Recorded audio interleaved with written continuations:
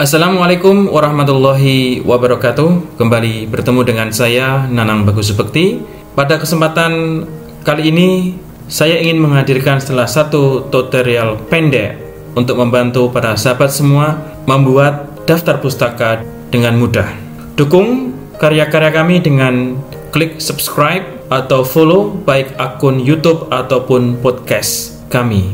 Baiklah para sahabat, mari kita mulai tutorial kita untuk menggunakan menu references yang ada di Microsoft Word. Menu ini sangat bermanfaat untuk mendokumentasikan atau mendata, menyimpan sumber-sumber yang kita pergunakan di dalam referensi atau daftar pustaka. Di menu Microsoft Word yang tentu kita semua sudah sangat hafal, ada salah satu menu yang akan kita bahas adalah menu references. References ini yang akan kita bahas pada tutorial kali ini.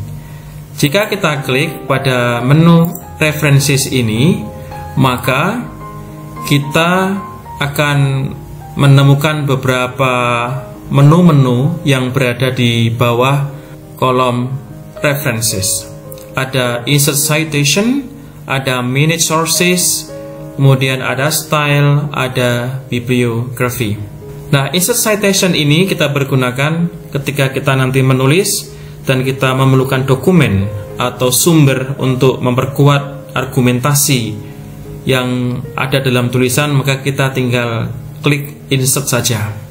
Kemudian minute sources ini kita pergunakan untuk mendata atau menginput semua dokumen-dokumen yang nanti akan kita tampung dalam daftar pustaka atau daftar referensi.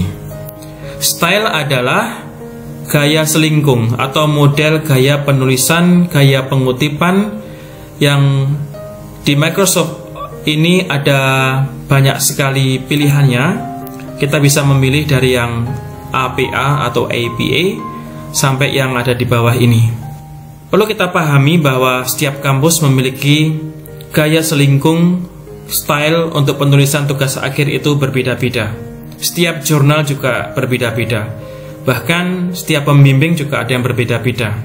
Namun secara umum kita mengenal yang namanya APA itu banyak dipergunakan dalam ilmu-ilmu psikologi dan pendidikan. MLA juga dipakai dalam ilmu-ilmu sosial. Pada tutorial kali ini kita akan mempelajari bagaimana kita menggunakan style APA untuk mendukung gaya penulisan kita. Bagaimana kita nanti melakukan referensi sampai kita memuat daftar referensinya. Selanjutnya adalah bibliografi. Nah, bibliografi ini nanti memuat dokumen-dokumen, data-data yang kita pergunakan untuk mendukung tulisan yang kita buat. Jika kita klik di sini, maka nanti kita bisa melihat berbagai model. Ini semacam template yang nanti tinggal kita klik secara otomatis, maka kita bisa memiliki daftar pustaka tanpa kita repot membuat satu persatu.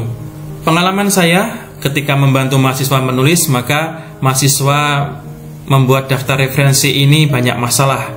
Ada yang tidak konsisten penulisannya, huruf besarnya, kemudian ada juga yang bervariasi meskipun sumbernya sama. Nah, dengan menggunakan Microsoft Office ini nanti semua akan tersusun secara otomatis. Jadi meringankan penulis karena tidak harus menginput satu persatu.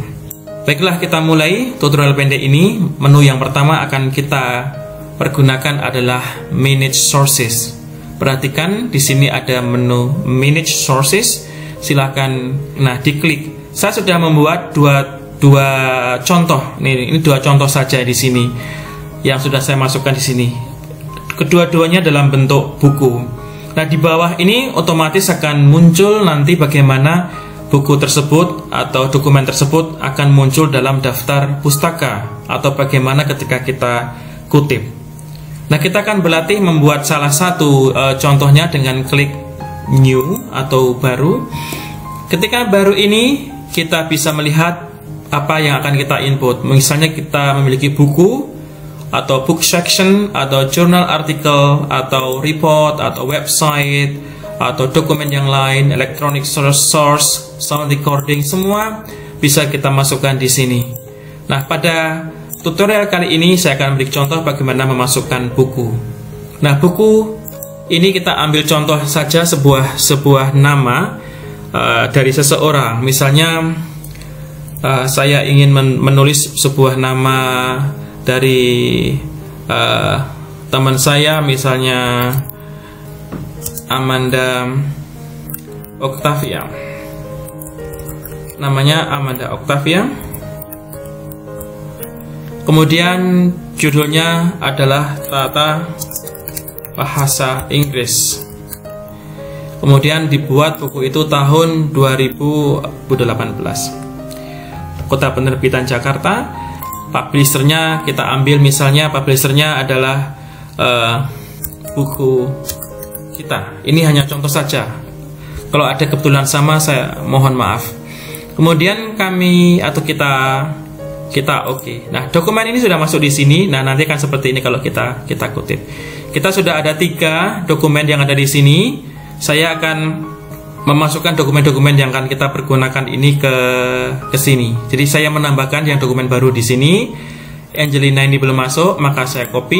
Dia di sini, yang seperti ini saya copy, maka ada di sini. Nah, dokumen-dokumen ini nanti kalau kita masukkan semua akan tersusun menjadi daftar pustaka yang luar biasa. Jadi teman-teman tidak perlu menginput satu persatu. Kemudian saya close dokumen ini. Sekarang kita mulai untuk menulis. Misalnya saya menulis suatu dokumen atau suatu tulisan bahwa berpendapat A salah. Siapa yang bilang seperti itu? Kita tinggal klik saja ini, misalnya Octavia. Nah, dia akan otomatis membuat seperti itu. Tetapi misalnya kita klik lagi, B berpendapat lain oleh siapa? Kita klik yang lain. Misalnya ini seperti bilangnya seperti ini. Namun titik-titik ada penulis lain yang misalnya merevisi pendapat kedua-duanya dan menyimpulkan bahwa sudah ada temuan yang terbaru. Kita klik, yang belum masuk adalah Angelina Mutiara penulisnya. Saya klik di sini, sudah masuk semuanya. Jadi ini ada 3 dokumen atau 3 sumber yang kita pergunakan untuk menulis sebuah artikel. Nah, bagaimana nanti selanjutnya ketika saya akan mencantumkan itu dalam daftar pustaka? Kita tidak perlu report satu persatu kita masukkan. Nanti kita tinggal klik, maka semua akan tersusun secara otomatis. Nah, menu mana yang akan kita pergunakan? Yang kita pergunakan adalah menu bibliografi ini. Kita klik di sini, saya menggunakan referensi, saya klik yang di sini atau yang di sini, tergantung nanti mana yang dipergunakan. Saya klik dari sini. Nah, otomatis ini sudah muncul semua daftar referensi ini tanpa kita harus membuat satu persatu. Seandainya kita memiliki dokumen baru, kita masukkan lagi di sini. Nah, di sini kita klik, maka kita tinggal klik update. Ketika kita klik update di sini, nanti dokumen di sini pun otomatis akan menyesuaikan dengan dokumen citasi yang baru yang sudah kita masukkan dalam tulisan tersebut. Jadi teman-teman semua, sebenarnya di Microsoft Office ini sudah banyak menu yang luar biasa, namun kadang-kala kita lupa untuk mempelajari. Semoga tutorial sederhana ini bisa bermanfaat, membantu penulisan tugas akhir, skripsi, paper dari para sahabat semuanya menjadi lebih mudah, lebih efektif, karena semua bisa kita kerjakan dengan sekali klik. Terima kasih, semoga bermanfaat. Silahkan follow atau subscribe YouTube kami untuk mengikuti video-video kami selanjutnya. Terima kasih, selamat menulis, selamat berlatih menggunakan menu references yang ada di Microsoft Office. Sukses untuk kita semuanya. Wassalamualaikum warahmatullahi wabarakatuh.